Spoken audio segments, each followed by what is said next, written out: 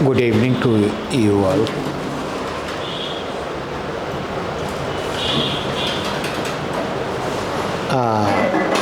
आज से हम लोग इंटरनेशनल करेंट स्टार्ट करने जा रहे हैं।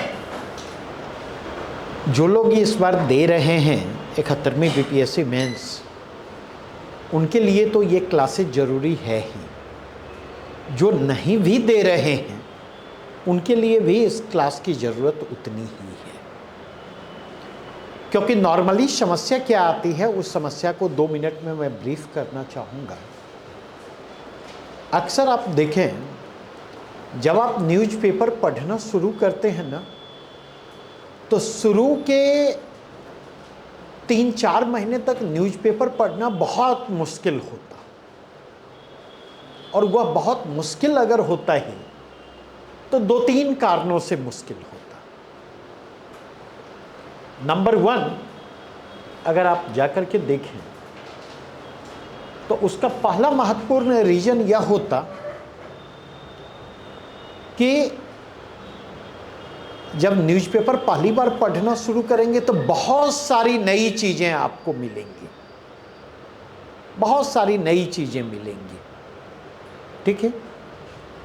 और ऐसी स्थिति में अगर आप जाकर के देखें तो बहुत कुछ पढ़ने के लिए होगा, बहुत कुछ जानने के लिए होगा।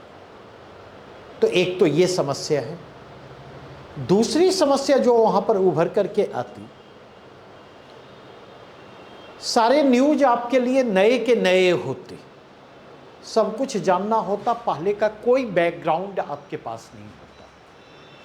और ऐसी स्थिति में आपके लिए उनको जान पाना, उनको समझ पाना जो है वो निरंतर मुश्किल होता है। तो आप कनेक्ट ही उसके साथ नहीं कर पाएंगे।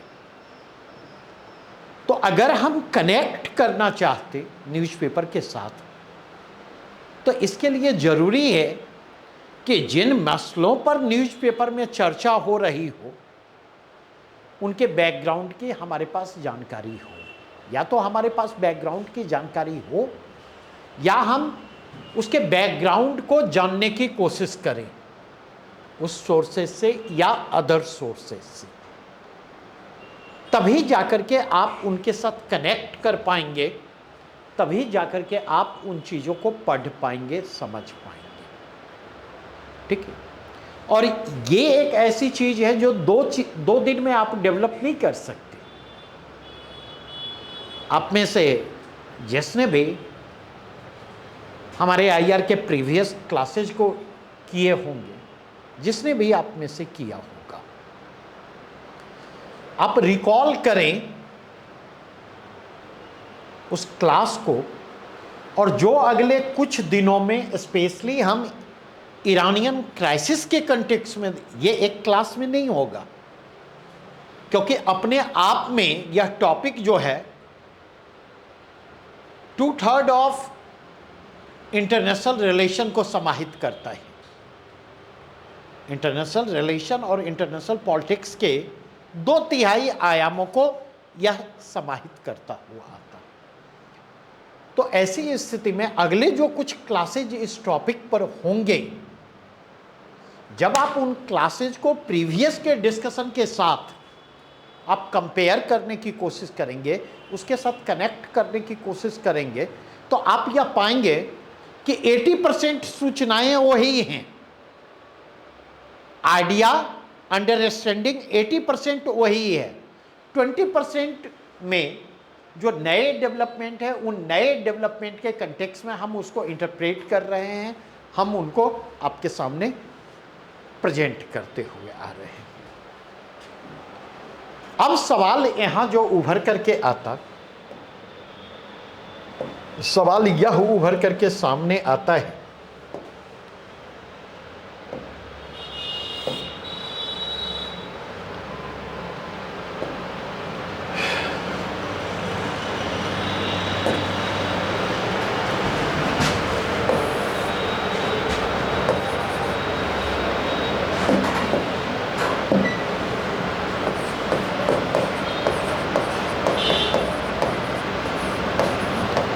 Iranian crisis.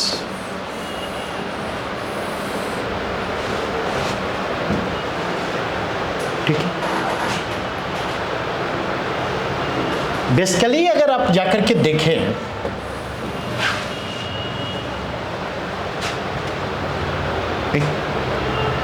तो ईरानियन क्राइसिस के केंद्र में क्या है?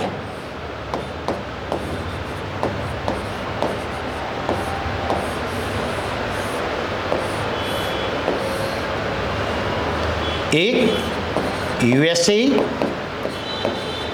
और इजराइल का संयुक्त ऑपरेशन। यह ऑपरेशन ईरान के अगेंस्ट है। नहीं? और इस संयुक्त ऑपरेशन को ईरानी जवाब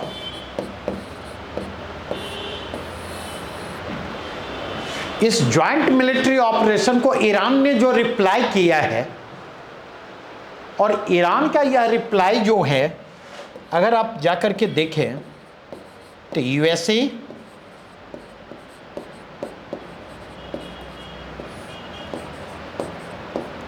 इजराइल तक सीमित नहीं।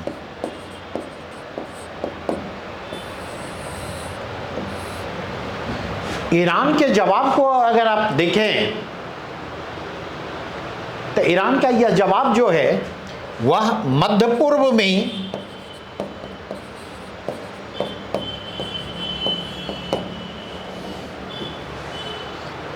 पूर्व में यूएसए के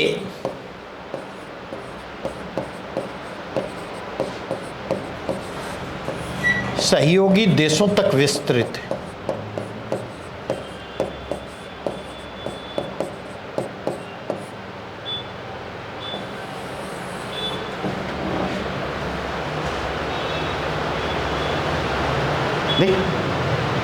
और इसलिए अगर आप जाकर के देखें तो American and Israeli attack on Iran के कंसिक्वेंसेस जो हैं वो अमेरिका, इजराइल और केवल ईरान तक सीमित नहीं है। उसका असर आप देखेंगे सऊदी अरबिया पर भी दिखाई पड़ेगा। उसका असर अगर आप जाकर के देखें कुवैत पर दिखाई पड़ेगा। उसका असर आप जाकर के देखें लेबनान पर दिखाई पड़ेगा। उसका असर आप देखेंगे तो यूनाइटेड अरब अमीरात पर दिखाई पड़ेगा। अमेरिका के जितने भी सहयोगी देश वहाँ पर मौजूद हैं, जहाँ पर अमेरिका का मिलिट्री बेस है और जहाँ से अमेरिका के मिलिट्री ऑपरेशन को कंडक्ट किया जाता है। तो ये एक पहलू है। इसके दूसरे पहलू की तरफ अगर आप बढ़ें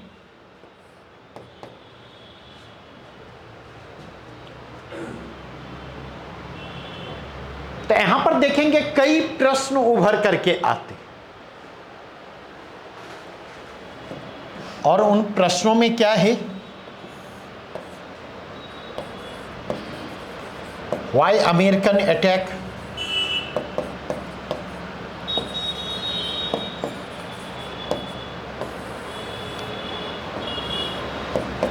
अमेरिका का हमला क्यों है? क्यों अमेरिका ने ईरान पर हमला किया? व्हाई इजरायली अटैक, इजराइल ने ईरान पर हमला क्यों किया?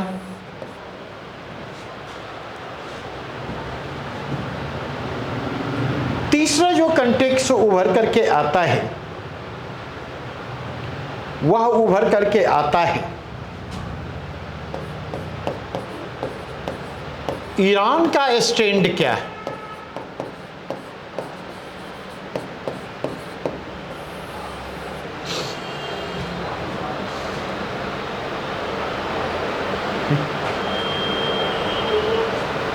अगेन अगर हम यहां से आगे बढ़ें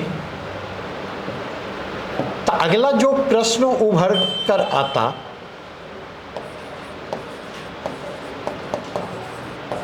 मध्य पूर्व के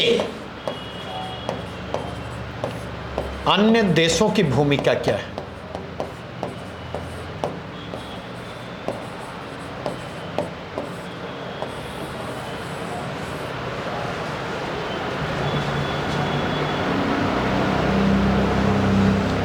केवल हम यहां पर other country of middle east तक सीमित नहीं रहेंगे। जब हम इसकी चर्चा करेंगे तो हम केवल अदर कंट्रीज और अदर फोर्सेज की भी चर्चा करेंगे।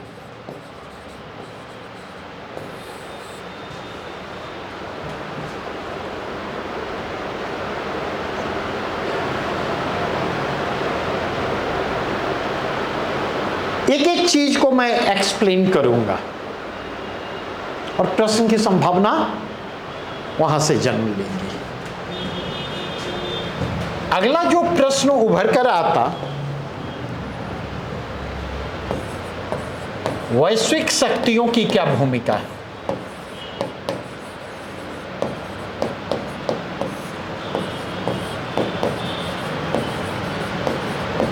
वैश्विक शक्तियों की भूमिका कर लें, रीजनल पावर्स के रोल की बात हम कर लें।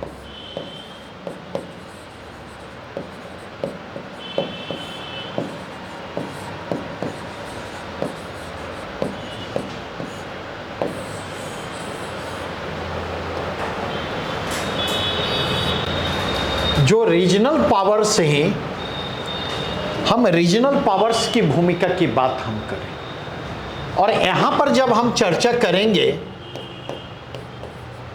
तो हम रशिया की भी चर्चा करेंगे, हम चाइना की चर्चा करेंगे, हम अदर्स की चर्चा करेंगे।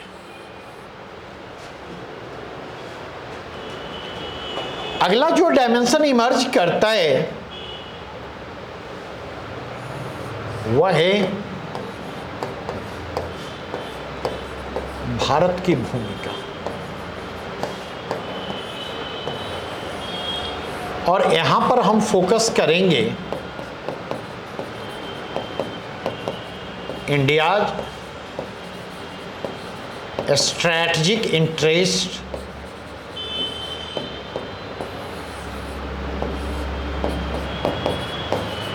And India's dilemma. भारत की दुविधा क्या है।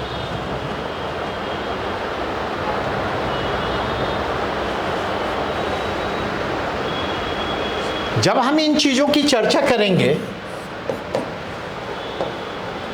तो इसी चर्चा के क्रम में हम रोल ऑफ इंस्टीट्यूशंस या रोल ऑफ ऑर्गेनाइजेशन की चर्चा करेंगे। और जब हम रोल ऑफ इंस्टीट्यूशन या रोल ऑफ ऑर्गेनाइजेशन की चर्चा करेंगे तो इसके कंटेक्स्ट में देखेंगे तो मैं इंडिकेट करना चाहूंगा मेनली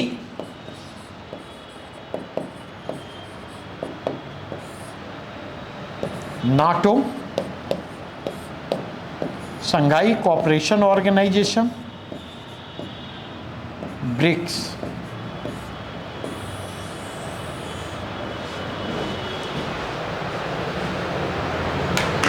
इतने एंगल से हमें चीजों को देखना है।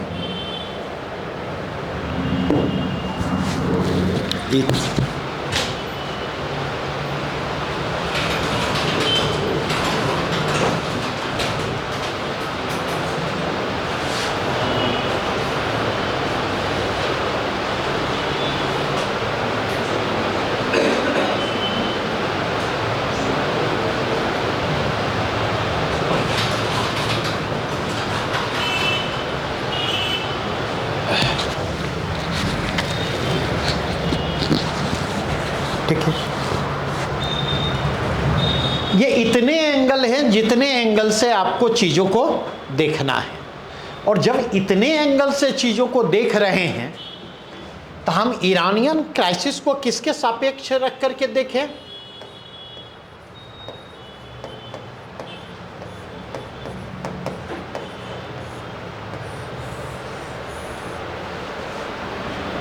यूक्रेन संकट के सापेक्ष रख करके देखें।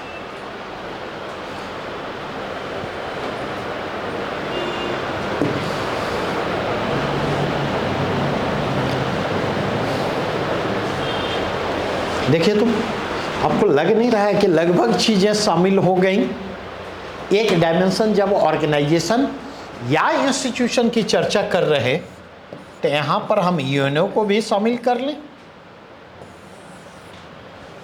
यूएनओ को हम क्यों छोड़ें?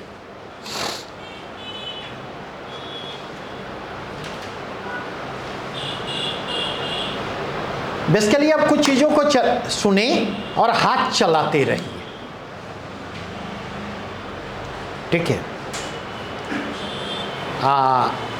पॉइंट नोट डाउन करते रहेंगे। सवाल यह उभर करके आता कि अमेरिका ने ईरान पर हमला क्यों किया?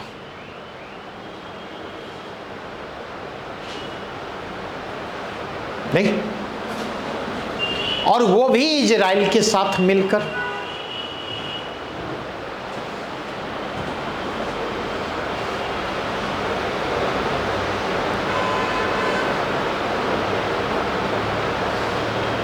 ठीक है, बेसिकली अगर आप देखें, एक मूवी आई थी, नाम मैं मिस कर रहा हूं, 16 दिसंबर मूवी का नाम था या कुछ और नाम था, और एटम बम पर वह मूवी आधारित थी, समझे? और पूरी मूवी में देखेंगे एटम बम को लेकर के ऐसे दौड़ रहे हैं जैसे कि वो एटम बम ना हो, कोई खिलौना हो। अमेरिका की कंटेक्स्ट को समझें। पहली चीज जो है, ट्रंप के वर्ल्ड विजन को देखें। नहीं, ट्रंप किस प्रकार की विश्व व्यवस्था का सपना देख रहे हैं, और वह ट्रंप का वर्ल्ड विजन नहीं है। ट्रंप वहां पर अमेरिकन वर्ल्ड विजन को रिप्रेजेंट कर रहे हैं। हां, यह जरूरी है कि उस वर्ल्ड विजन को रियलिटी में तब्दील करने के लिए ट्रंप की स्ट्रैटेजी अदर अमेरिकन प्रेसिडेंट की स्ट्रैटेजी से थोड़ी सी अलग है। पहली बात ये समझिए। दूसरी चीज अगर आप देखें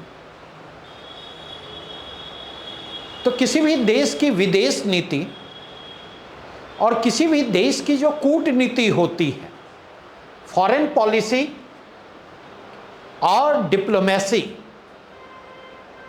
अगर आप देखेंगे तो उसमें एक रोल ऑफ पर्सनालिटी का भी होता है। उस समय जो स्टेट की लीडरशिप है,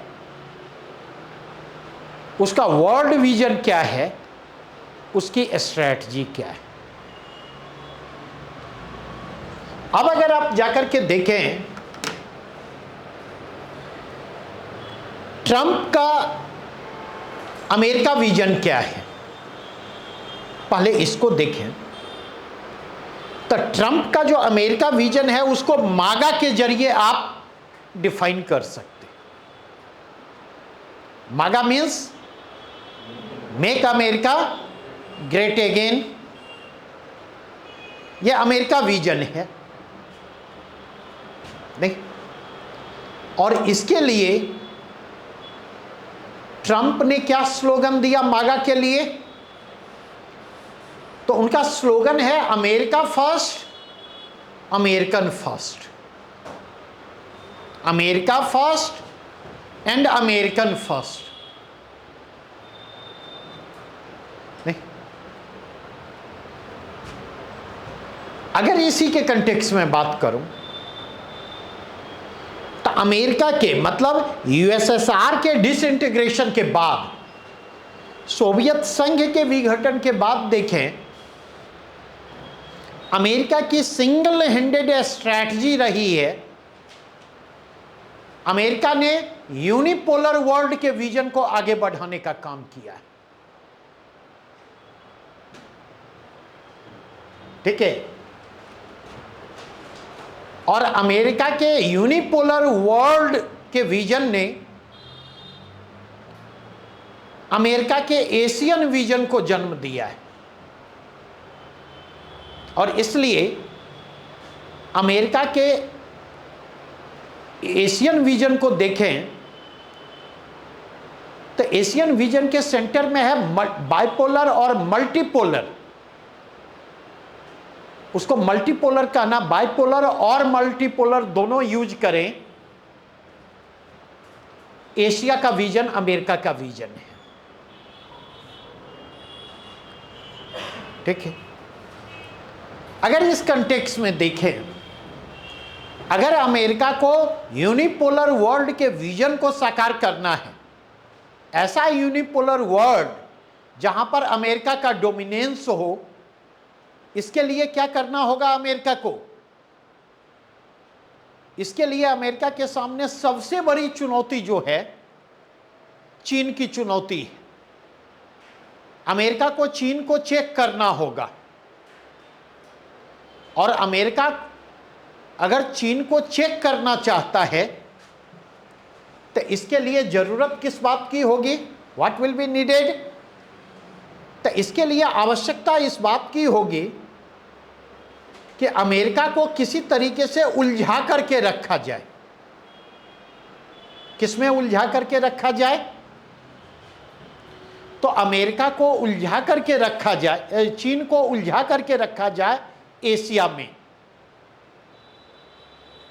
और अगर चीन को एशिया में उलझाना है तो इसके लिए आवश्यकता किस बात की होगी?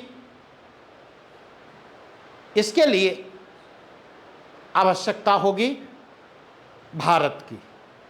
तो कहीं ना कहीं अमेरिका अब वर्ल्ड में अपनी यूनिपोलरिटी को इंश्योर करने के लिए मल्टीपोलर एशिया के विजन को लेकर के चल रहा है, और अमेरिका के बाइपोलर और मल्टीपोलर एशिया में भारत की भूमिका महत्वपूर्ण है।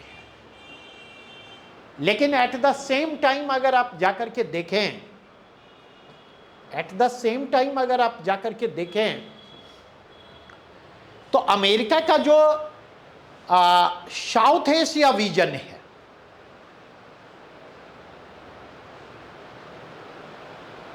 तो अमेरिका के साउथ एशिया विजन में अगर आप जाकर के देखें तो आप यह पाएंगे कि उसमें दो देशों की महत्वपूर्ण भूमिका है, और कहीं ना कहीं अमेरिका भी मल्टीपोलर साउथ एशिया के फेवर में दिखाई पड़ता है।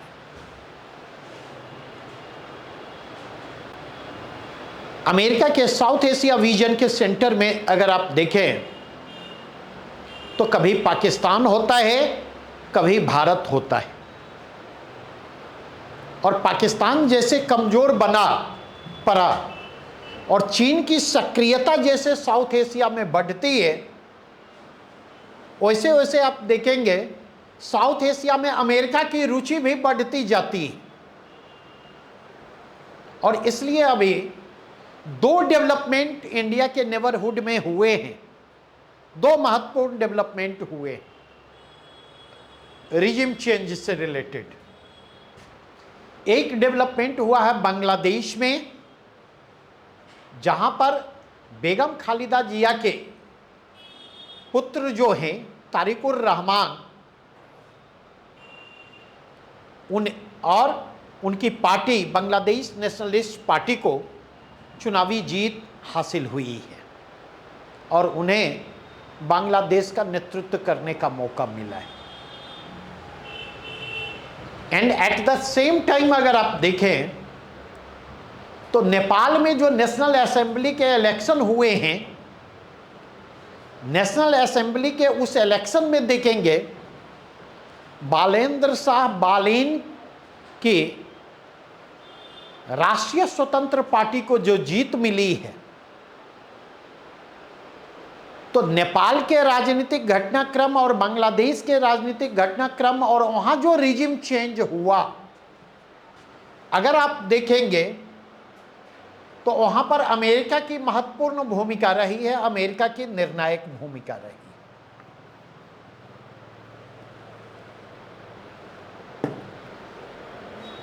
अब अगर इसके कंटेक्स्ट में देखें, यहां तक बातें समझ में आ गई। अब अगर यहां पर आकर के देखें, ट्रंप का जो एजेंडा है मेक अमेरिका ग्रेट अगेन, यह एजेंडा ही डिफेक्टिव है। इस एजेंडे के अपने लिमिटेशन है और इसके लिए जिस स्ट्रैटेजी को अपनाया जा रहा है उस स्ट्रैटेजी के भी अपने लिमिटेशन हैं। ठीक है, पहली चीज अगर आप जाकर के देखें, जब ट्रंप यह स्लोगन देते हैं कि मेक अमेरिका ग्रेट अगेन, तो यह प्रकारांतर से यह सेल्फ रियलाइजेशन भी है कि अमेरिका कभी ग्रेट था, उसका ग्रेटनेस पराभव की ओर है नहीं, now it is losing its greatness, और इसीलिए वे अमेरिका को एक बार फिर से ग्रेट बनाने के एजेंडे पर काम कर रहे हैं। नंबर 2, दूसरा कंटेक्स्ट देखें, उन्होंने जो स्लोगन दिया अमेरिका फर्स्ट और अमेरिकन फर्स्ट, समझे, और उस स्लोगन को जमीनी धरातल पर उतारने के लिए उन्होंने 2 चीजों का सहारा लिया है। नंबर 1, टैरिफ पॉलिसी का सहारा लिया है, टैरिफ का सहारा लिया है, और नंबर 2, उन्होंने इसके लिए जो है अमेरिका की मिलिट्री सुपरमेसी इंश्योर करने की रणनीति अपनाई है, अमेरिका की सैन्य सर्वोच्चता को स्वीकार करवाने की रणनीति उन्होंने अपनाई है।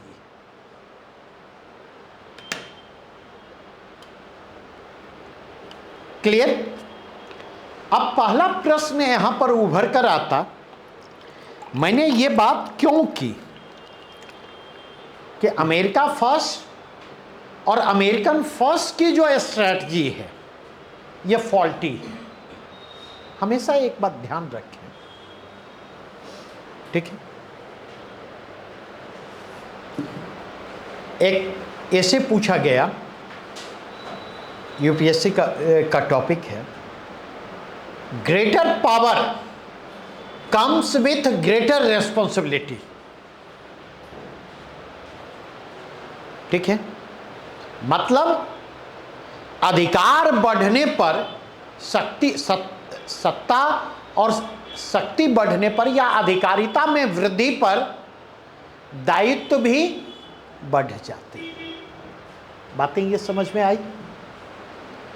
सवाल यह है कि एक और अमेरिका वैश्विक महाशक्ति बनने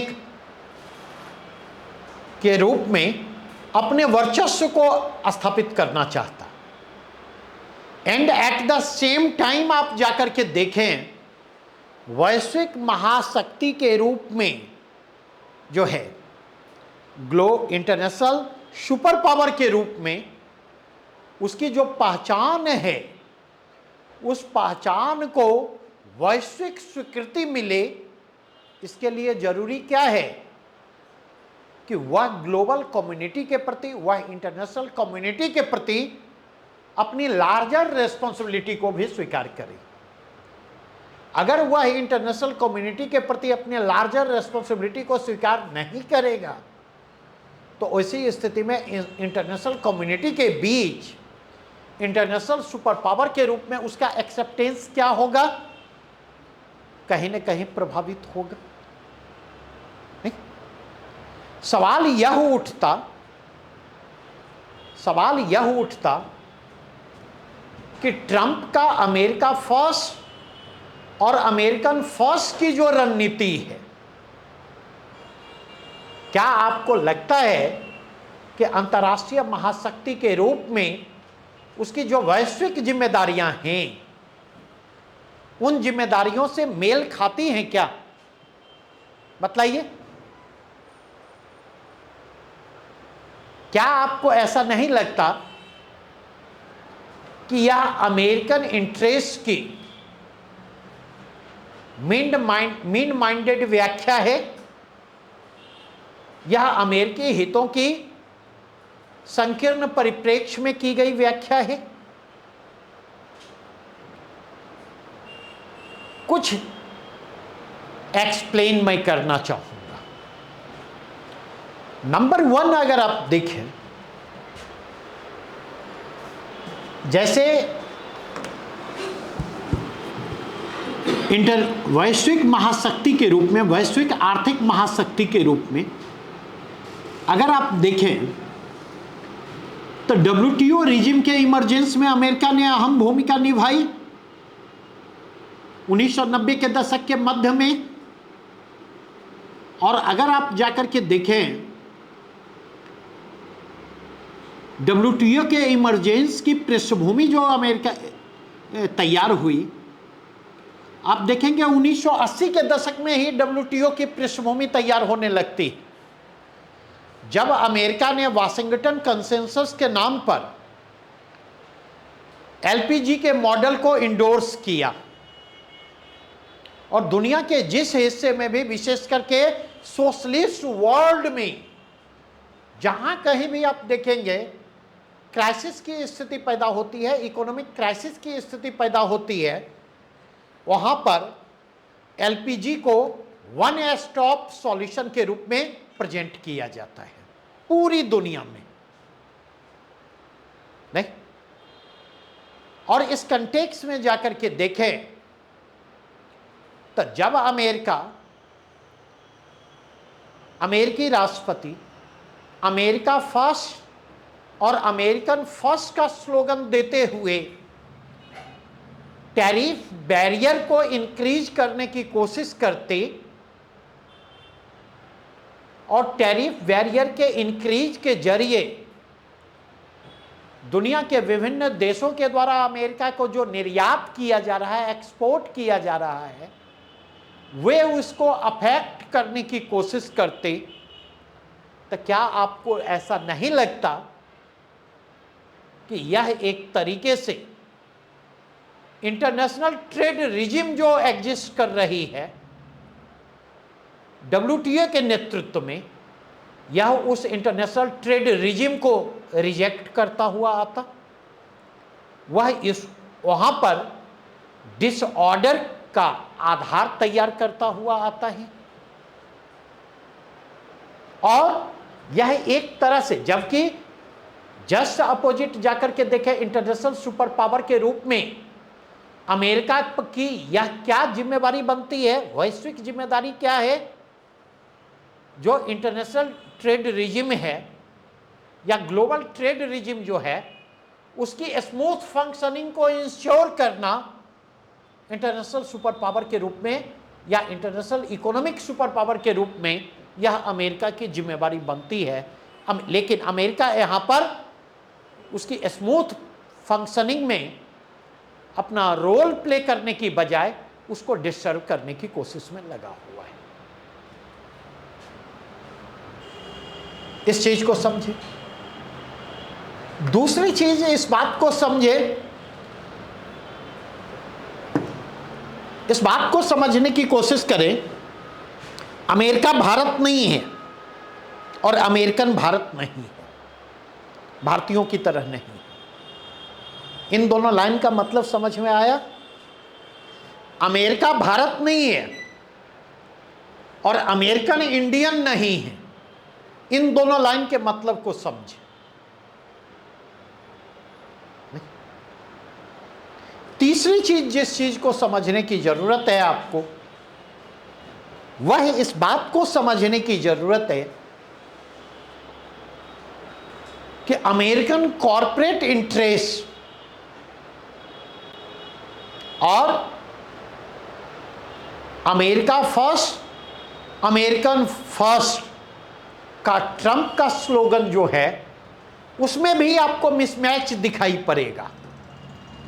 और अमेरिका फर्स्ट, अमेरिकन फर्स्ट के स्लोगन का अमेरिकन कंज्यूमर के कंटेक्स्ट में भी मिसमैच दिखाई पड़ेगा। जब तक उस मिसमैच को आप नहीं समझते, तब तक आपकी परेशानियां बनी रहेंगी।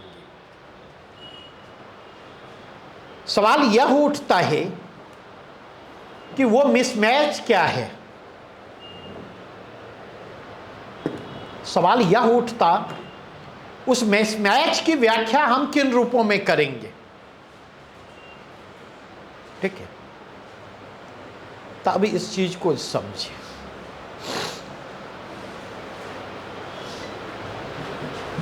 कॉरपोरेट्स जो हैं, उनके लिए सबसे अधिक क्या मायने रखता है? नेशन इंटरेस्ट मायने रखता या उनका बिजनेस इंटरेस्ट मायने रखता है? नहीं, तो हमेशा ये चीज ध्यान रखेंगे, जो बिजनेस क्लास है, उस बिजनेस क्लास के दो वसूल होते। पहला वसूल होता है बिजनेस इज बिजनेस, और दूसरा वसूल होता है नो फ्रेंडशिप इन बिजनेस। हमेशा ध्यान रखें, कोई भी कारोबारी, उसका कोई दोस्त नहीं होता, या वह कारोबार में दोस्ती नहीं निभाता है। And at the same time अगर आप जाकर के देखें तो वो दुश्मनी से भी परहेज करता है। नहीं, रुक करके सोच करके देखें, अमेरिका फर्स्ट, अमेरिकन फर्स्ट की स्ट्रैटेजी के तहत दरअसल यह ग्लोबलाइजेशन के क्राइसिस की ओर इशारा करता है। इस बात को समझिए। और ग्लोबलाइजेशन का क्राइसिस क्या है? वैश्वीकरण का संकट क्या है? वैश्वीकरण ने असमान विकास की ओर ले जाने का काम किया है। वहां पर ग्रोथ और डेवलपमेंट जो हो रहा है वह इक्विटेबल नहीं है, इनइक्विटेबल है। और इस इनइक्विटेबल ग्रोथ एंड डेवलपमेंट ने कहीं ना कहीं हर समाज में देखेंगे असंतोष को जन्म दिया है। और यह जो डिसकंटेंट है, यह जो रिसेंटमेंट है, हर समाज में देखेंगे यह रिसेंटमेंट डिफरेंट तरीके से रिफ्लेक्ट हो रहा है। नंबर 1। नंबर 2 अगर आप जाकर के देखें,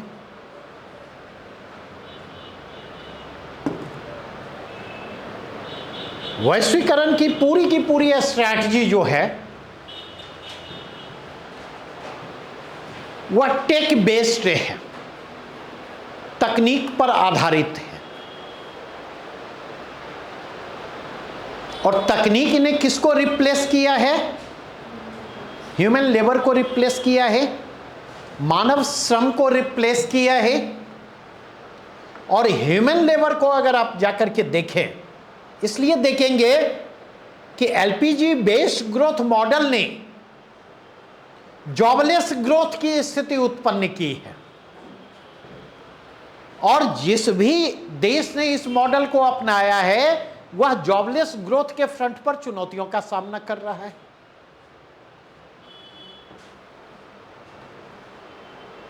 वो चुनौतियां अमेरिका में भी हुए हैं, वो चुनौतियां भारत में भी मौजूद हैं। तीसरा कंटेक्स्ट अगर आप जाकर के देखें तो जैसा मैंने आपसे पहले कहा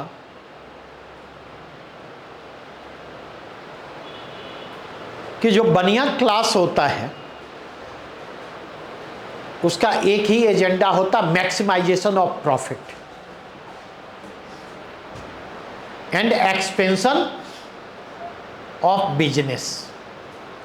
वो चाहेगा कि हमारी कारोबारी गतिविधियों का लगातार विस्तार होता रहे और हमारा प्रॉफिट लगातार बढ़ता रहे।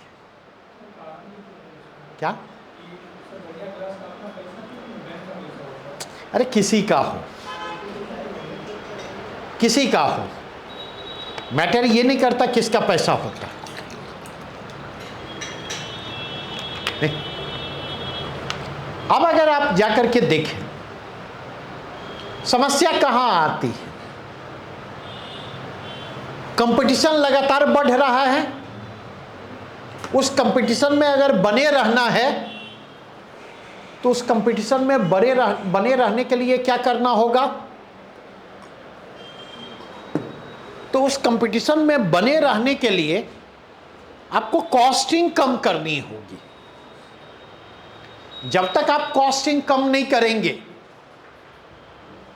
तब तक कॉम्पिटिटिव एज को बनाए रखना मुश्किल होगा। और अगर कॉस्टिंग कम करनी है तो कॉस्टिंग को कम करने के तरीके क्या होंगे? देख, तो कई सारे तरीके होंगे। जैसे जहां पर टेक्नोलॉजी के इंट्रोडक्शन के जरिए हम कॉम्पिटिटिव एज बनाए रख सकते, वहां टेक्नोलॉजी हम इंट्रोड्यूस करेंगे, उसके सहारे हम काम करने की कोशिश करेंगे। ह्यूमन लेवल पर डिपेंडेंसी को कम करेंगे। नहीं, दूसरा काम हम करेंगे कि हमारी कोशिश होगी कि चीप लेबर हमारे लिए उपलब्ध हो, और वहां पर हम यह नहीं देखेंगे कि चीप लेबर वो अमेरिका में उपलब्ध होगा, अमेरिकन के रूप में उपलब्ध होगा तो उसको प्रीफर किया जाएगा। अगर इंडियन के रूप में या अदर कंट्री के इमिग्रेंट्स के रूप में चीप लेबर उपलब्ध होगा तो उसको हायर किया जाएगा। तीसरा जो कंटेक्स्ट उभर करके आता, ऑपरेशनल कॉस्ट कम करना होगा।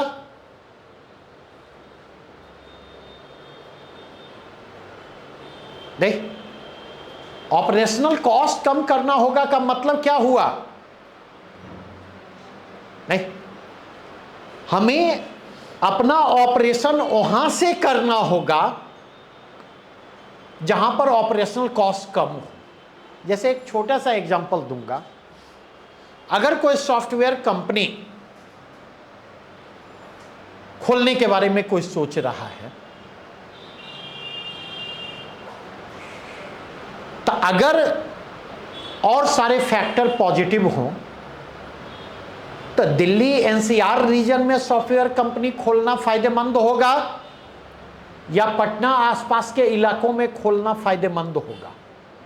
मेरे शब्द पर गौर कीजिएगा। अदर परिस्थितियां अगर सिमिलर हो,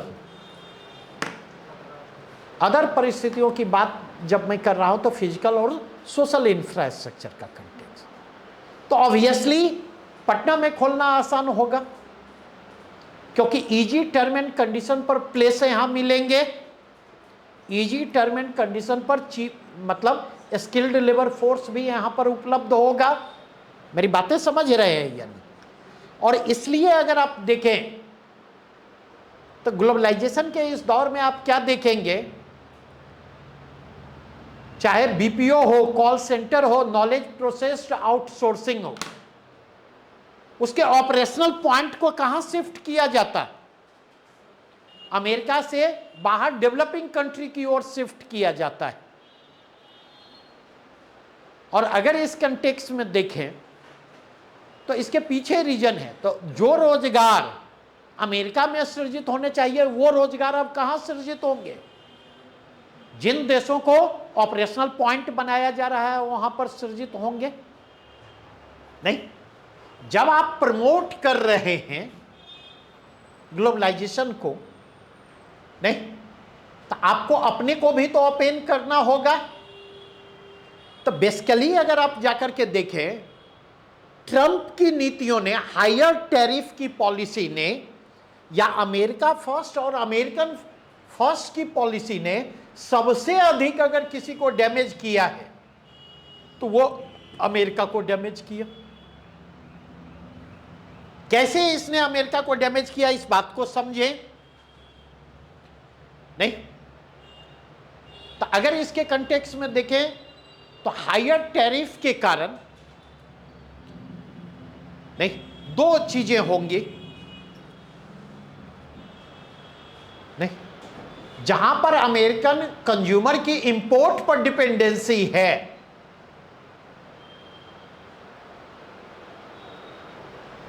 नहीं, और उस इंपोर्ट के उनके पास अल्टरनेटिव नहीं है, विकल्प नहीं है। जहां विकल्प है रिप्लेस करने के, वहां पर रिप्लेस होंगे इंपोर्टिंग प्रोड्यूस किसके जरिए? डोमेस्टिक प्रोड्यूस के जरिए। लेकिन जहां पर विकल्प नहीं है, वहां पर अमेरिकन उपभोक्ताओं को हायर कॉस्ट बियर करना होगा या नहीं करना होगा? तो अमेरिकन उपभोक्ताओं पर इसके कारण दबाव बढ़ रहा है या नहीं?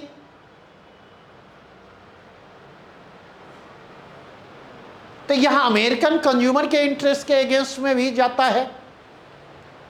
यह वहां पर इन्फ्लेशनरी प्रेशर को भी बढ़ाने में सहायक साबित हो रहा है।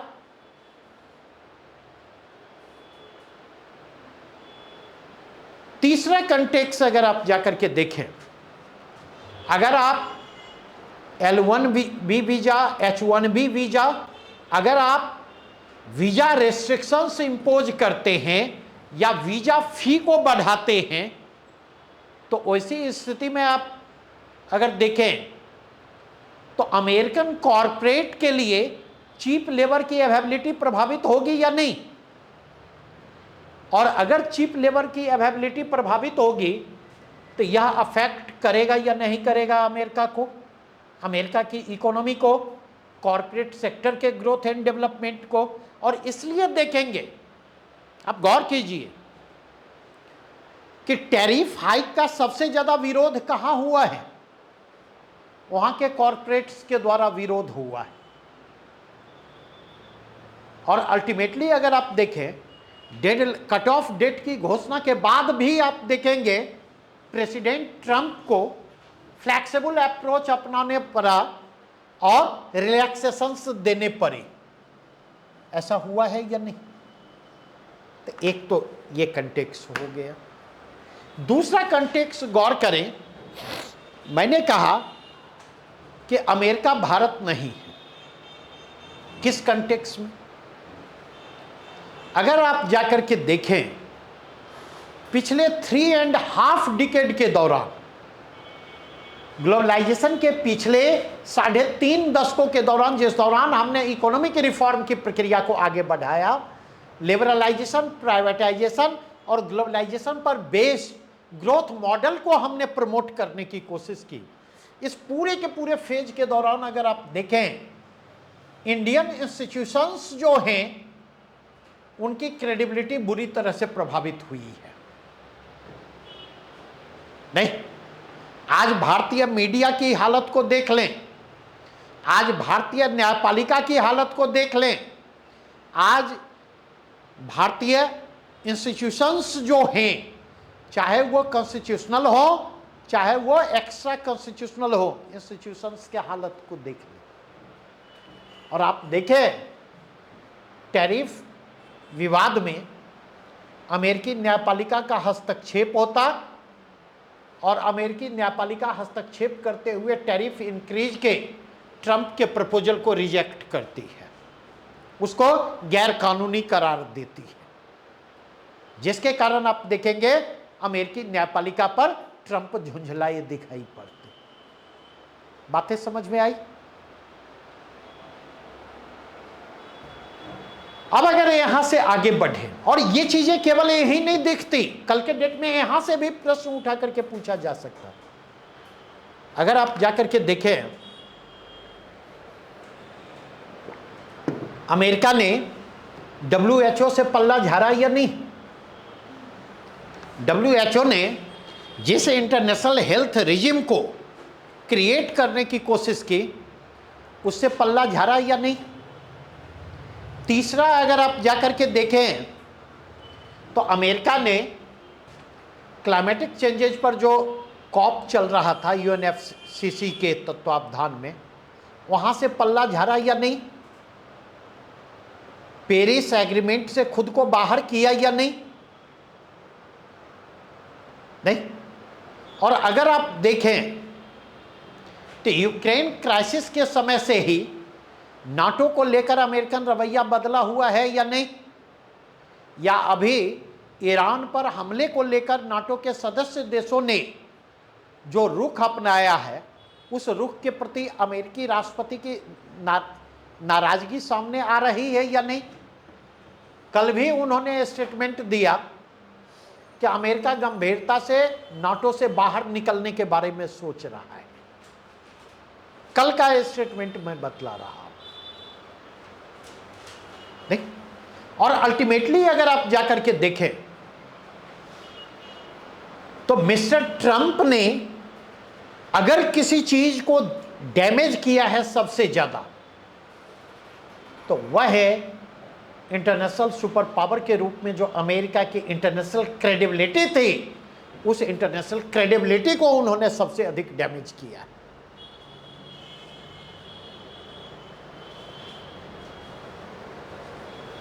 यहां तक में कोई डाउट? और इन द लॉन्ग रन मेरी इस बात को ध्यान रखेंगे कि सबसे अधिक डैमेज अगर वो किसी को करने जा रहे हैं तो अमेरिका को डैमेज करने जा रहे हैं। एक कंटेक्स्ट ये है। दूसरा कंटेक्स्ट देखें, ये तो टैरिफ प्रकरण में मैंने चर्चा की, जिसको हथियार उन्होंने बनाया, नहीं, अमेरिकन डोमिनेंस को इंश्योर करने के लिए। दूसरा हथियार उन्होंने किसको बनाया? तो अमेरिकन मिलिट्री माइट को। और लगातार अगर आप जाकर के देखें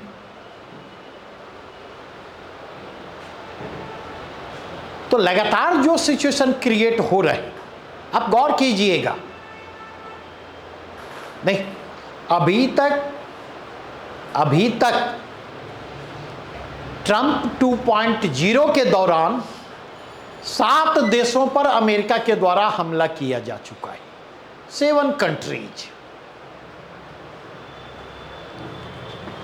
और अगर इसके कंटेक्स्ट में आप जाकर के देखें तो हमेशा ध्यान रखेंगे, यूक्रेन क्राइसिस और ईरानियन क्राइसिस के डिफरेंसेस को समझें।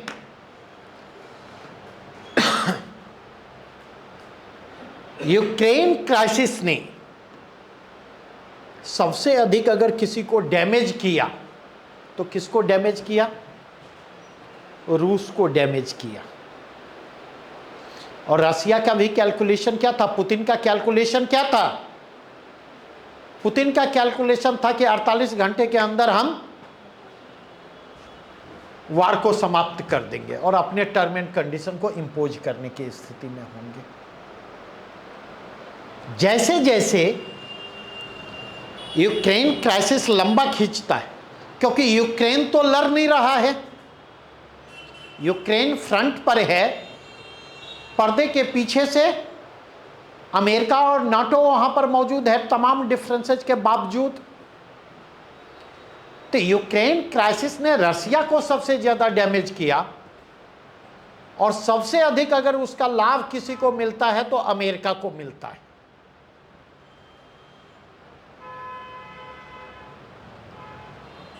लार्जेस्ट बेनिफिशियरी यूक्रेन क्राइसिस से अमेरिका होता है।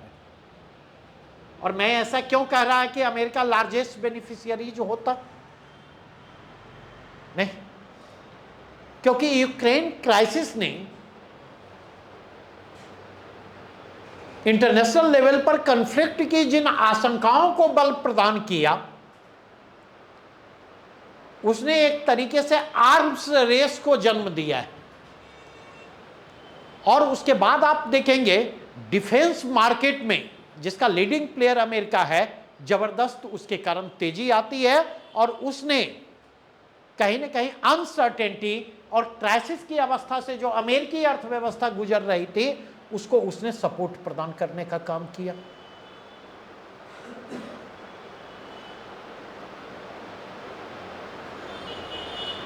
और अमेरिका के बाद यूक्रेन क्राइसिस का लाभ अगर किसी देश को मिला है तो दूसरा देश चीन है, क्योंकि इसके कारण अगर आप देखें ग्लोबल सप्लाई चेन पर अपने कंट्रोल को और ज्यादा स्ट्रेंथन करने का मौका किसको मिला? चीन को मिला। क्योंकि अमेरिका के अगेंस्ट रसिया और चाइना पार्टनर भी हैं,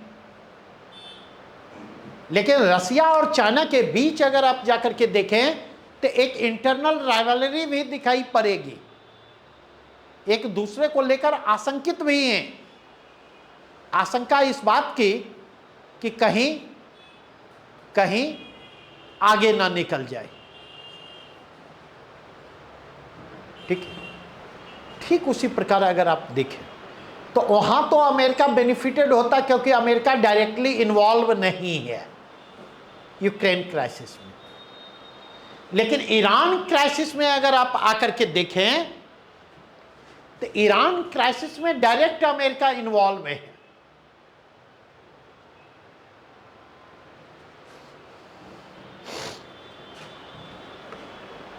और अमेरिका का यह डायरेक्ट इन्वॉल्वमेंट जो है वह अमेरिका की मुश्किलें बढ़ा रहा है। क्योंकि यहां पर अगर आप जाकर के देखें अमेरिकन इंटेलिजेंस एजेंसियां जो हैं उनके इनपुट के आधार पर ट्रंप ने इस बात की घोषणा की थी कि हम एक सप्ताह के अंदर ईरान युद्ध को समाप्त कर देंगे और ईरान को हम अपने टर्म एंड कंडीशन डिक्टेट करने की स्थिति में होंगे। ईरान हमारी बातों को मानने के लिए बाध्य होगा। लेकिन अगर आप जाकर के देखें अब महीने भर से ऊपर हो गए और महीने भर से ऊपर होने के बाद अगर आज ईरान के स्टेटमेंट को देखें तो ईरान ने स्पष्ट शब्दों में इस बात की घोषणा की है कि वह अगले 6 महीने तक युद्ध के लिए तैयार है। और यह केवल डिक्लेरेशन नहीं है, यह केवल डिक्लेरेशन नहीं है। ईरान वार इंटरनेशनल कम्युनिटी को जो है बैडली अफेक्ट कर रहा है। और इसलिए देखेंगे जैसे जैसे यह वार लंबा खींच रहा वैसे वैसे परेशानियां बढ़ती जा रही। तो अगर इस कंटेक्स्ट में देखें तो फिर मैं अब अपनी बात को दोहरा रहा कि अमेरिका इंडिया नहीं है और अमेरिकन इंडियन नहीं।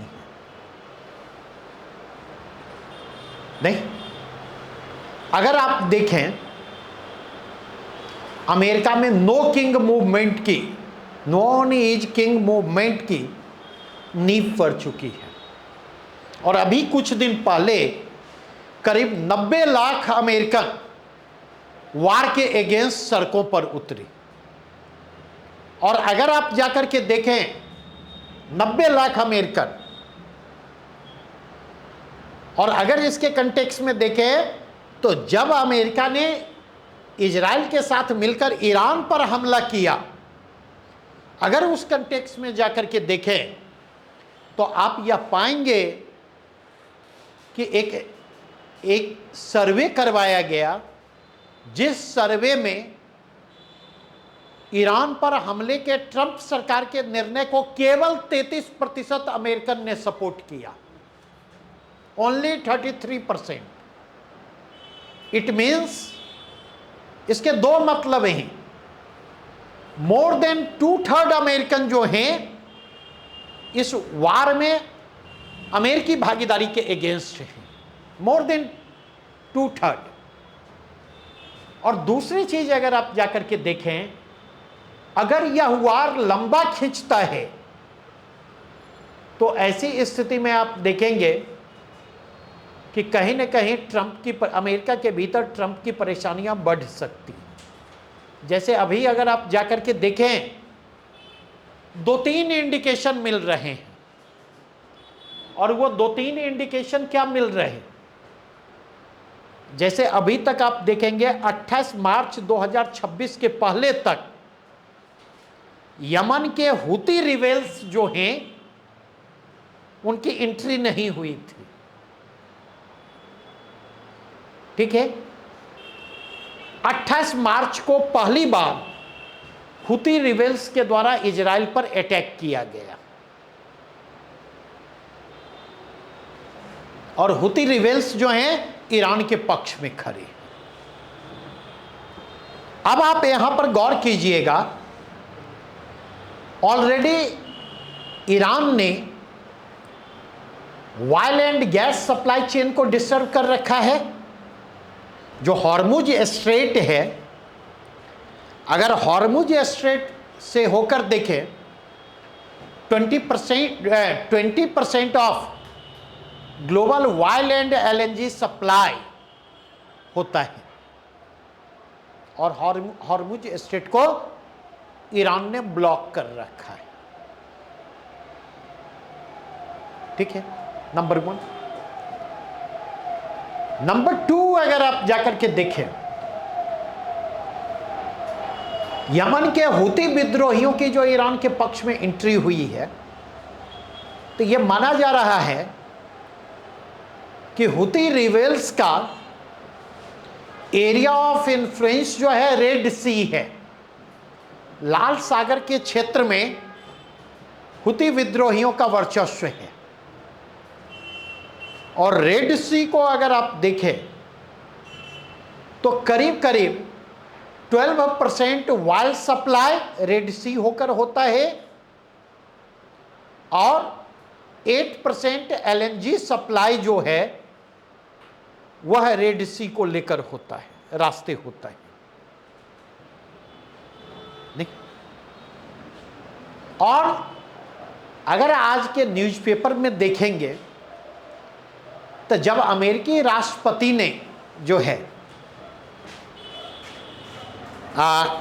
खरगे आइलैंड, जहां पर क्रूड ऑयल का सबसे बड़ा रिजर्वायर है ईरान का, जब अमेरिकी राष्ट्रपति ने खरगे आइलैंड पर अटैक करने की धमकी दी, तो ईरान ने कहा कि अगर अमेरिका खरगे आइलैंड पर अटैक करता है तो हम रेड सी को ब्लॉक करेंगे।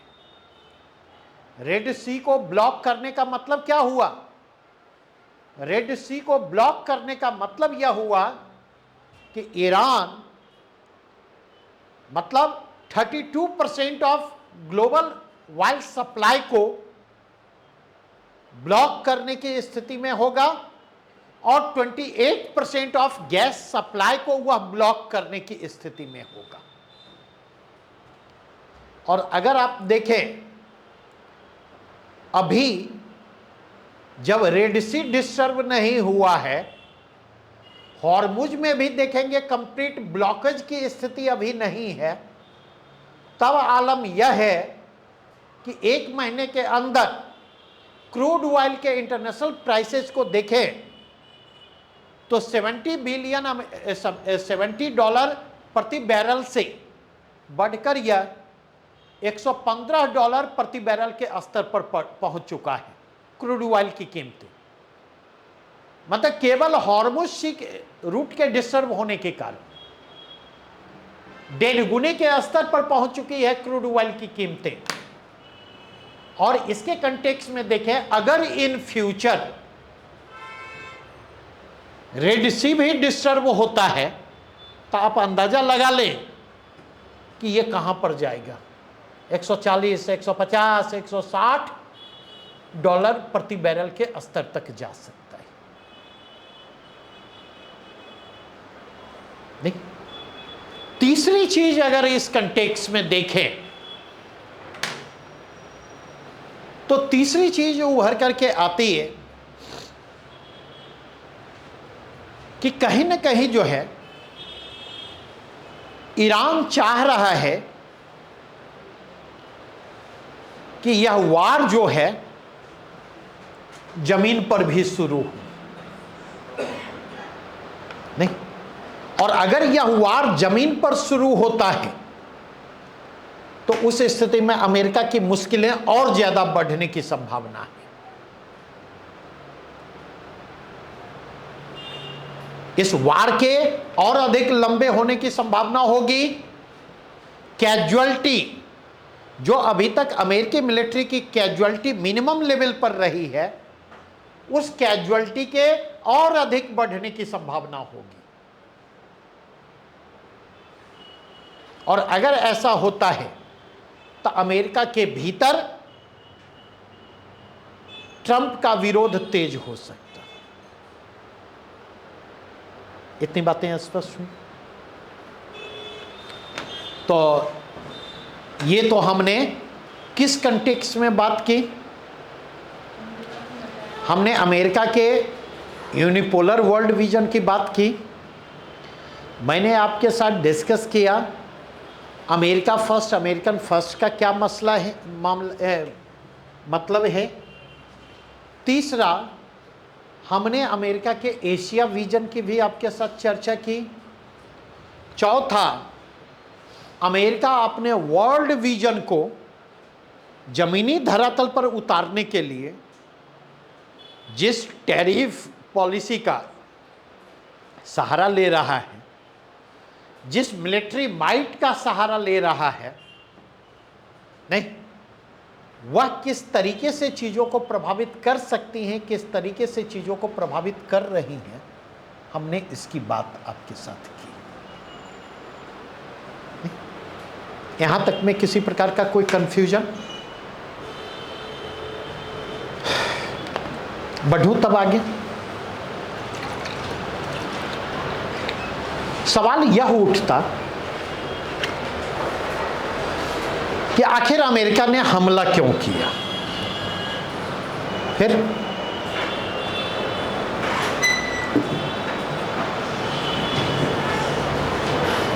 बेसिकली अगर आप जाकर के देखें,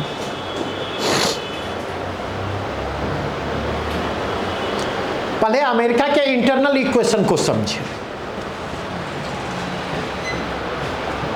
अगर अमेरिका के इंटरनल इक्वेशन को, मैंने अभी आपके साथ चर्चा की, अभी तक 7 देशों पर हमले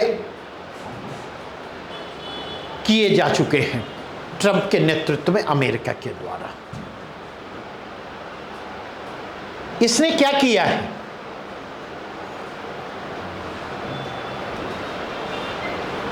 इन हमलों ने नहीं, ट्रंप की एक सनकी छवि निर्मित की है। नहीं, पहले आप देखेंगे नोबेल पीस प्राइज को हासिल करने के लिए क्या क्या नहीं किया। नहीं, जब नोबेल पीस प्राइज नहीं मिला,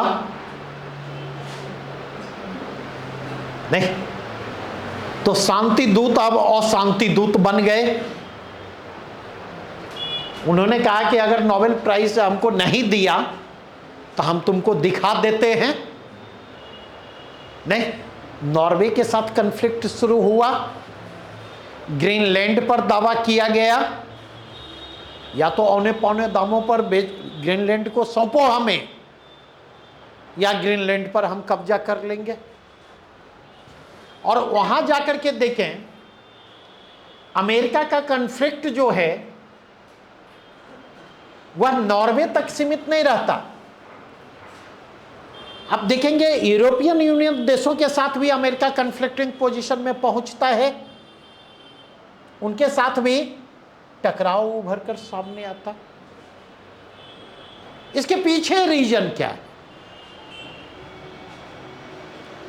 पहली चीज इस बात को समझें, दुनिया में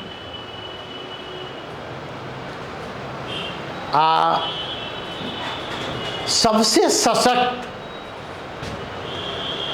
अगर कोई लॉबी है, सबसे सशक्त, तो वो लॉबी है यहूदी लॉबी। सबसे सशक्त है और इसका डोमिनेंस हर क्षेत्र में है। लेकिन विशेष रूप से अगर आप जाकर के देखें, दो क्षेत्र हैं, एक डिफेंस सेक्टर और दूसरा फार्मास्यूटिकल्स। ये दो क्षेत्र ऐसे हैं जहां पर इस यहूदी लॉबी का फुल कंट्रोल है। नहीं, और अमेरिका में भी जाकर के देखें तो यह यहूदी लॉबी जो है बहुत ही डोमिनेंट पोजीशन पर है। अब अगर इसके कंटेक्स्ट में देखें, दो फैक्टर हैं जो अमेरिकन यहूदी लॉबी है। अगर आप देखें, वह सिंपैथेटिक किसके प्रति है? इजराइल के प्रति सिंपैथेटिक है और इजराइल को वहां से ताकत मिल रही है, नंबर 1।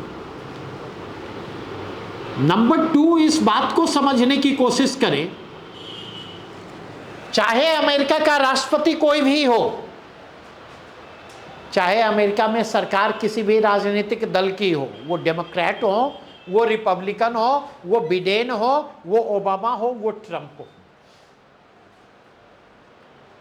ना तो किसी सरकार में, ना किसी अमेरिकी राष्ट्रपति में इतनी ताकत है कि वह यहूदी लॉबी के प्रेशर को रिजेक्ट कर सके। इसलिए अगर आप देखें, बीच में कुछ समय के लिए ऐसा महसूस हुआ कि इजराइल को लेकर अमेरिकी पॉलिसी में कुछ परिवर्तन आ रहा है। अमेरिका ने इजराइल के नेतृत्व पर प्रेशर बिल्डअप करने का प्रयास किया,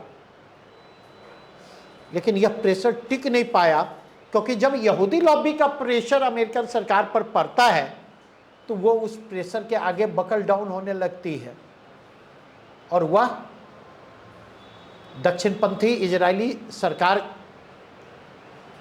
के पक्ष में खड़ी होती। नंबर 1। नंबर 2, तो इसका सीधा सीधा संबंध है अमेरिका की इजराइल नीति से जाकर जुड़ता। और कहीं ना कहीं आप देखें, इजराइल ईरान को अपने अस्तित्व के लिए खतरा मानता है। इजराइल ईरान को अपने अस्तित्व के लिए खतरा मानता है, क्योंकि उस रीजन में जो है अरब राष्ट्रवाद को डिवाइड करने के बाद देखेंगे तो अकेला ईरान एक ऐसा देश है जिससे इजराइल डरता है। दूसरा कंटेक्स्ट अगर आप जाकर के देखें, ये जो यहूदी लॉबी है, इसका बिजनेस इंटरेस्ट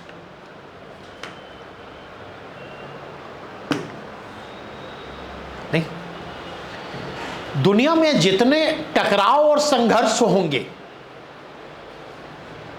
जितने टेंशन्स बढ़ेंगे, जितने कन्फ्लिक्ट की स्थिति पैदा होगी, सेफ्टी और सिक्योरिटी के कंसर्न क्या होंगे, उतने ज्यादा बढ़ेंगे। नहीं, और जब सेफ्टी और सिक्योरिटी के कंसर्न बढ़ेंगे तो उस स्थिति में क्या होगा, हम अपने को सेफ और सिक्योर करने के लिए अपने डिफेंस सेक्टर को स्ट्रेंथन करने की कोशिश करेंगे, अपग्रेड करने की कोशिश करेंगे, हम अपने डिफेंस कैपेबिलिटी को इन्हांस करने की कोशिश करेंगे। यह सारी कोशिशें होंगी। और इसके कंटेक्स्ट में जाकर के देखें, यह किधर ले जाएगा, या आर्म्स रेस की ओर ले जाएगा। और इसका इंपैक्ट कहां दिखेगा? डिफेंस मार्केट एक्सपेंड करेगा, डिफेंस सेक्टर में तेजी आएगी। नहीं? चौथा बिंदु अगर आप जाकर के देखें, डिफेंस सेक्टर की यह तेजी जो है अमेरिकन इकोनॉमी के लिए भी सपोर्टिव होगी। ऐसे समय में अमेरिकन इकोनॉमी को सपोर्ट मिलेगा जब वह प्रेशर में है, जब ग्रोथ एंड डेवलपमेंट को लेकर अनसर्टेनिटी प्रिवेल कर रही है। तो अगर इसके कंटेक्स्ट में देखें तो यह अमेरिकन इकोनॉमी के एक्सपेंशन में भी सहायक है, और ऑब्वियसली नहीं, इससे हम उम्मीद कर सकते कि ये वहाँ पर एम्प्लॉयमेंट जनरेशन के फ्रंट पर जो क्राइसिस की स्थिति है या जो प्रेशर बिल्डअप हो रहा है, उस प्रेशर को भी ये रिलीज करने में हेल्पफुल है। क्लियर? नेक्स्ट पॉइंट अगर आप जाकर के देखें तो अगला बिंदु क्या उभर कर आता?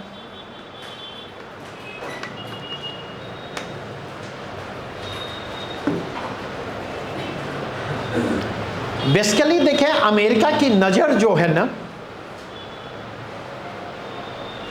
वो मिडिल ईस्ट के तेल पर है, हमेशा से रही है।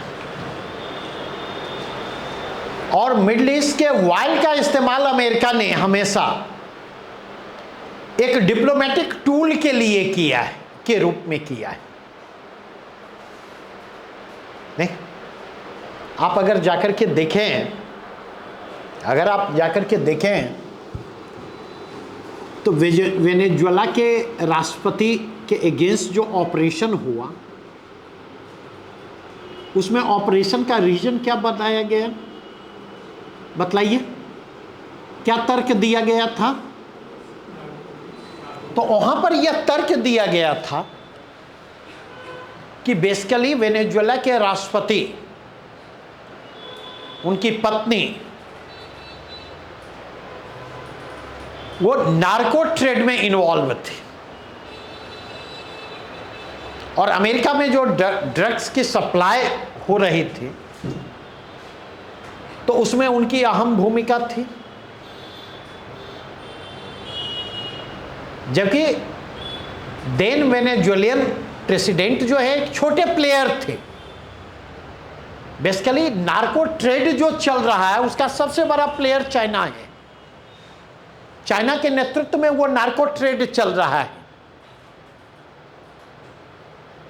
लेकिन एक कहावत आपने सुनी होगी, निमला के बहु सबके भौ जाए। नहीं, बड़ी चालाकी से, मतलब आपको आश्चर्य लगेगा कि हेड ऑफ द नेशन को उनकी पत्नी के साथ वर्चुअली किडनैप किया गया, और वेनेजुएला में कहीं पर किसी भी प्रकार की आवाज आपको नहीं दिखेगी।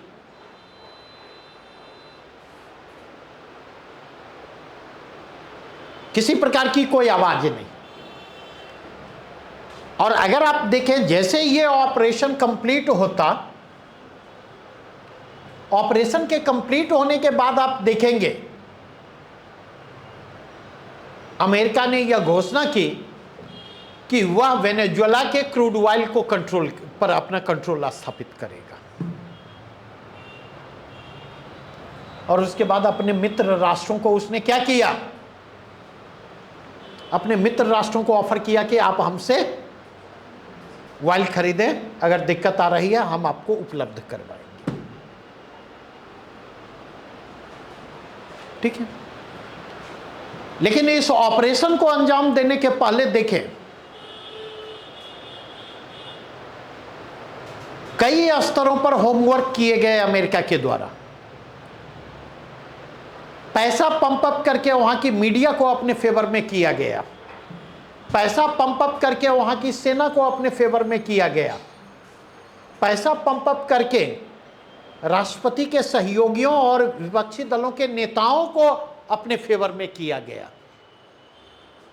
और इन तीनों चीजों को करने के बाद माधुरी के अगेंस्ट जो है आप देखेंगे पब्लिक रिसेंटमेंट को इंस्टिगेट करने की कोशिश की गई, एक ऐसा माहौल बनाने का प्रयास किया गया जिसमें यह लगे कि जनता उनके अगेंस्ट है, ताकि जनता के स्तर पर रेसिस्टेंस की संभावनाओं को खारिज किया जा सके। अगर आपको ध्यान हो तो ईरान में भी आप जाकर के देखेंगे, और जब मैं इस बात की चर्चा कर रहा हूं तो इसका कभी मतलब यह नहीं निकालेंगे, यह कंक्लूजन ड्रॉ नहीं करेंगे कि ईरान की जो लीडरशिप थी वो, उस लीडरशिप को मैं क्लीन चिट दे रहा हूं। वह लीडरशिप कंजर्वेटिव थी नहीं, रिलीजियस फंडामेंटलिज्म की ओर उसका ओरिएंटेशन था, अनडेमोक्रेटिक अप्रोच उसका था, डिसेंट, डिफरेंसेज और रिसेंटमेंट जो है उसको उसके द्वारा सप्रेस करने की कोशिश की गई। लेकिन अगर आप वहां पर देखें तो ईरान में भी आप देखेंगे ईरानी रिजिम के अगेंस्ट, खमैनी के अगेंस्ट जो है वह विद्रोह को ऑर्केस्ट्रेट करने की कोशिश की गई,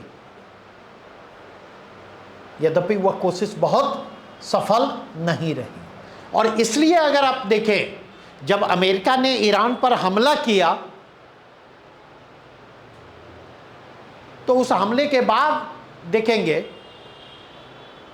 लार्जर स्केल पर देखेंगे वेस्टर्न मीडिया ने और प्रो अमेरिकन माइंडसेट रखने वाले लोगों ने खमैनी के फंडामेंटलिस्ट, ऑर्थोडॉक्स और कंजर्वेटिव अप्रोच को लेकर के, अनडेमोक्रेटिक अप्रोच को लेकर के उन पर अटैक करना शुरू किया और उस हमले को जस्टिफाई करने की कोशिश की।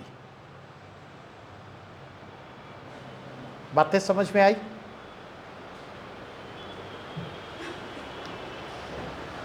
तो एक कंटेक्स्ट यह है कि कहीं ना कहीं वेनेजुएला के क्रूड ऑयल को कंट्रोल करने के बाद अब अमेरिका और अमेरिकन राष्ट्रपति जो है वह वहां के ईरान के क्रूड ऑयल को भी कंट्रोल करना चाहते हैं और उसके माध्यम से वाइल्ड डिप्लोमेसी के सहारे वे यूनिपोलर अमेरिका के सपने को साकार करना चाहते हैं। अब पर्दे के पीछे देखें तो अमेरिकन इंटरेस्ट के पॉइंट ऑफ व्यू से 2-3 और गेम हैं। उस 2-3 गेम को समझें। इस गेम का पॉलिटिकल डायमेंशन भी है और इस गेम के इकोनॉमिक डायमेंशन भी है, दोनों डायमेंशन है। आप गौर कीजिए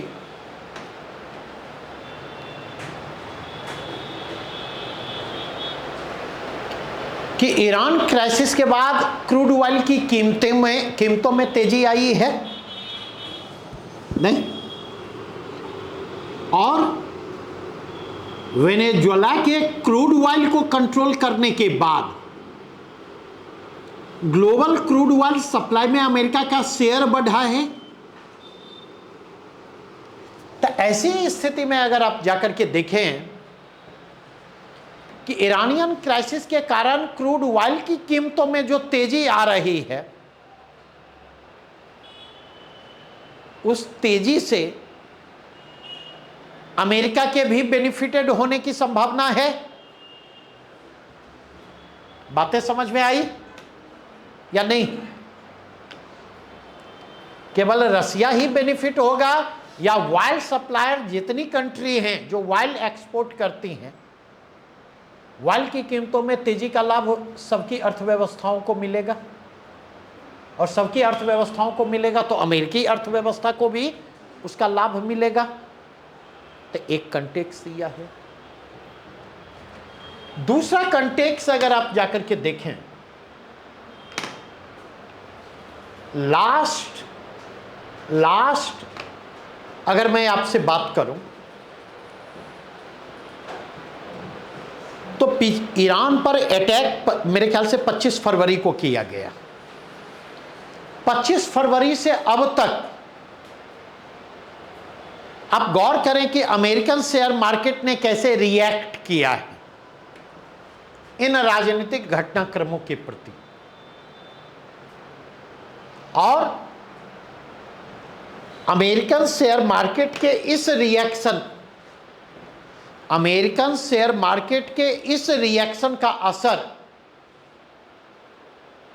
जो है किन पर पड़ा है? क्योंकि ट्रंप केवल अमेरिका के राष्ट्रपति नहीं हैं। अगर आप जाकर के देखें, ट्रंप एक बिजनेसमैन भी है, ठीक है। और इस पॉइंट ऑफ व्यू से जाकर के देखें, ट्रंप इन्वेस्टर भी हैं, तो उनकी कंपनी को इसका कितना लाभ मिला है? ये तो इंडिविजुअल बेनिफिट हुए ना। तो ये बात मैंने किसके कंटेक्स्ट में की? ये बात मैंने आपके साथ इंडिविजुअल फ्रंट पर की, मतलब इकोनॉमिक फ्रंट पर की। इसका पॉलिटिकल फ्रंट क्या है? इसके राजनीतिक संदर्भों में हम अगर बात करें तो नवंबर 2026 में क्या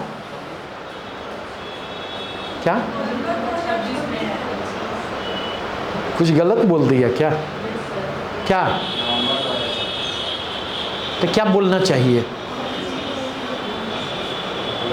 क्या बोलना चाहिए मुझे बतलाइए, कुछ मदद करें हमारी।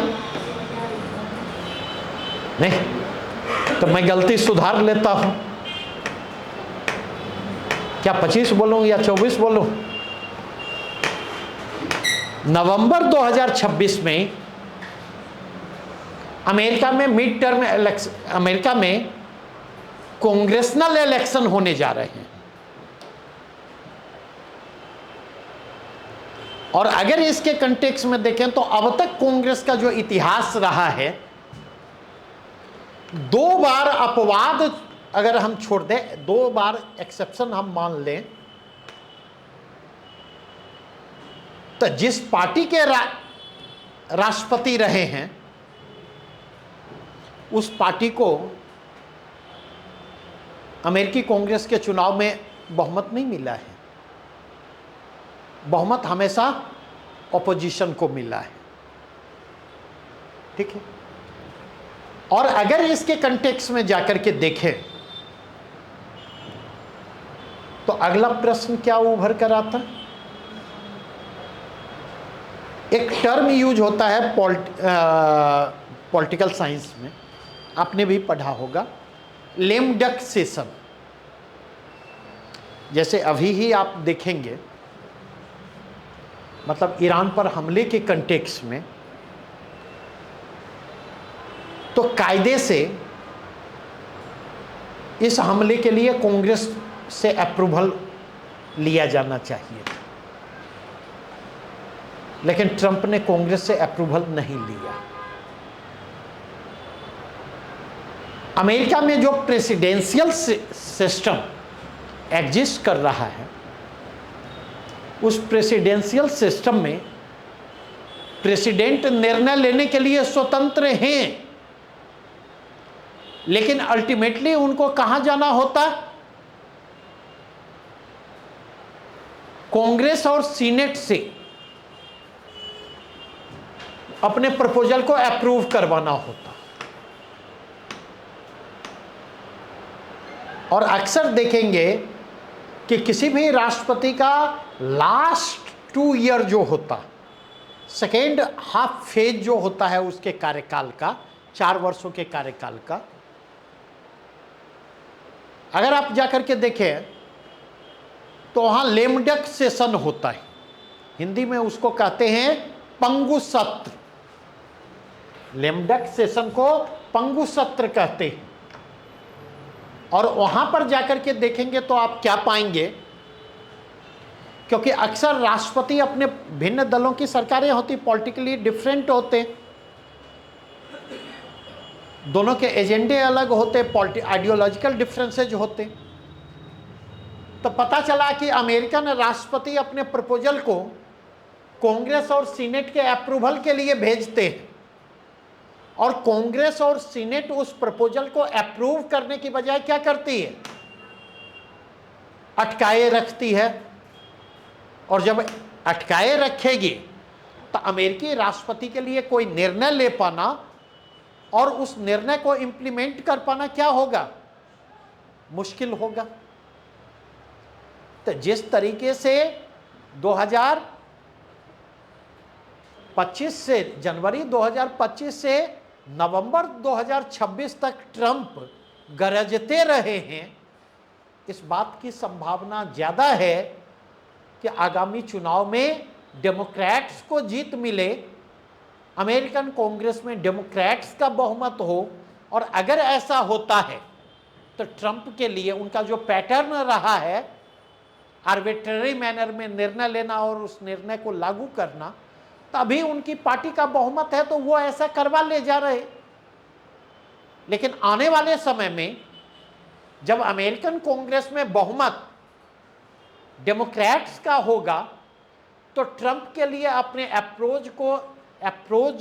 मतलब अपने प्रपोजल को अप्रूव करवा पाना और अपने प्रपोजल के लिए फंडिंग को इंश्योर कर पाना क्या होगा? मुश्किल होगा।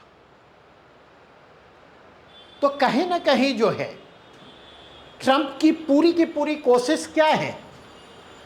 ट्रंप की पूरी कोशिश है कि हम ईरान पर जीत हासिल कर इस वार के बहाने among the Americans nationalist sentiment को हम क्या करें? इंस्टिगेट करने की कोशिश करें, ताकि अमेरिकी कांग्रेशनल इलेक्शन जो है वह रियल इशू पर ना हो करके, बेरोजगारी पर ना हो करके, महंगाई पर ना हो करके, जॉब क्रिएशन पर ना हो करके, ठीक है, किस पर हो? नेशनलिस्ट सेंटिमेंट पर बेस्ड हो और उन्हें पॉलिटिकल एडवांटेज हासिल। तो वार का एक पर्पस अगर आप जाकर के देखें तो ये भी है। क्लियर? नहीं, रेस्ट जो है अगर आप जाकर के देखें तो ट्रंप के जो काम करने का तरीका है, ठीक है, मोस्ट अनप्रेडिक्टेबल। जैसे अभी तक बिहार में आपको पता है बिहार के मुख्यमंत्री कौन होंगे? नहीं, नीतीश जी ने इस्तीफा भी दे दिया विधान परिषद से, नहीं दे दिया, नहीं दे दिया है, ठीक है, 30 तारीख को ही दे दिया। और अगर कायदे से अब देखें मुख्यमंत्री पद से इस्तीफा दिया, क्या दिक्कत आ रही? और क्या आप लोगों का अनुमान है बिहार के मुख्यमंत्री कौन बनेंगे? कुछ अनुमान नहीं। तो जो पैटर्न अब तक है सीएम सिलेक्शन का बीजेपी के भीतर, नहीं, तो जितने गिरी गिरी श्री चर्चा में हैं, जितने चर्चा में हैं, नहीं, अगर आप देखिए तो ये इन सारे की चर्चा होती रहेगी, पीछे छूट जाएंगे और कोई नया चेहरा जिसको अगर झुकने कहा जाए तो रेंगने लगे और साष्टांग हो जाए, वो नया चेहरा बिहार का मुख्यमंत्री बनेगा। तो अगर आप जाकर के देखें, ट्रंप मोस्ट अनप्रेडिक्टेबल, कम से कम हम लोगों ने क्या, किसी ने अमेरिका के इतिहास में ऐसा अनप्रेडिक्टेबल प्रेसिडेंट आज तक नहीं हुआ होगा, ऐसा अनप्रेडिक्टेबल। और मुझे ध्यान है 2016 मेरे ख्याल से नोटबंदी हुई थी, जब हुआ था नोटबंदी हुई थी 8 नवंबर को, और मेरे ख्याल से 9 या 10 नवंबर को अमेरिकी प्रेसिडेंशियल इलेक्शन के रिजल्ट आए थे, अगर मैं सही रिकॉल कर पा रहा हूं। तो संयोग से मेरे छोटे भाई की तरह है, वो यूनिवर्सिटी ऑफ हैमिल्टन में है, उसने फ़ोन किया तो मैंने कहा कि बहुत बहुत मुबारक हो भाई। पूछा क्यों भैया? तो हमने कहा तुमने साबित कर दिया कि तुम अमेरिका हो। पूछा कैसे? तो हमने कहा हम लोगों ने अगर नरेंद्र मोदी जी को चुना तो तुमने भी ट्रंप को चुन करके साबित कर दिया, बर 20 ही 20 ही 20 हम 21 12 ही 30। समझे? और ट्रंप ने अपने इनिशियल शुरुआती 4 वर्षों के रिजिम में उन्होंने लगातार यह साबित करने की कोशिश की कि मेरा अनुमान गलत नहीं था। एवं आप देखेंगे जब चुनाव परिणाम आ गए तो अपने समर्थकों के साथ चढ़ बैठे। नहीं, यह अमेरिकी इतिहास में इसके पहले नहीं हुआ था। और दूसरा टर्म जो आया है राष्ट्रपति के रूप में ट्रंप का, हो तेरा क्या कहना। समझे? तो अगर इस कंटेक्स्ट में आप जाकर के देखें तो जब तक इस लार्जर कंटेक्स्ट से आप कनेक्ट करके इसको नहीं देखेंगे तब तक इसको समझ पाना। इसलिए मैंने कहा कि यह टॉपिक अपने आप में 2/3 ऑफ इंटरनेशनल रिलेशन को समाहित करेगा। आज इस टॉपिक के केवल एक एंगल की मैंने आपके साथ चर्चा की, अमेरिकन सेंट्रिक व्याख्या अभी तक की, और उस अमेरिकन सेंट्रिक व्याख्या के क्रम में अगर कुछ डायमेंशन इजराइल से कनेक्ट करते, अगर कुछ डायमेंशन ईरान से कनेक्ट करते, तो हमने उसको टच करने की कोशिश की। क्लियर? आज यहीं पर छोड़ूंगा, कल फिर 4 बजे हम मिलेंगे इस डिस्कशन को आगे बढ़ाते हुए। बस एक बात ध्यान रखिएगा, ये चीज़ मैं नहीं जानता कि वहाँ प्रश्न क्या पूछे जाएंगे, ये मैं नहीं जानता। और ऐसा नहीं है कि मैं केवल ईरानियन क्राइसिस को डिस्कस कर रहा। ईरानियन क्राइसिस मेरे लिए बहाना है जिसके कंटेक्स्ट में इन सारी चीज़ों पर हमारी चर्चा होगी, और कम से कम 10 टॉपिक यहां पर कवर होंगे। और प्लस प्रश्न के जो भी डायमेंशन होंगे, ये अंडरस्टैंडिंग उनको रेस्पॉन्ड करने में आपके लिए हेल्पफुल होगी। तो इसलिए हाथ चलाते रहिएगा और थोड़ा सा न्यूज़पेपर के लगातार संपर्क में रहें। जैसे जैसे नए घटनाक्रम आएंगे, एडिशन होगा, इंटरप्रिटेशन बदलेगा। क्लियर? आज इतना ही रहने दें। Thank you.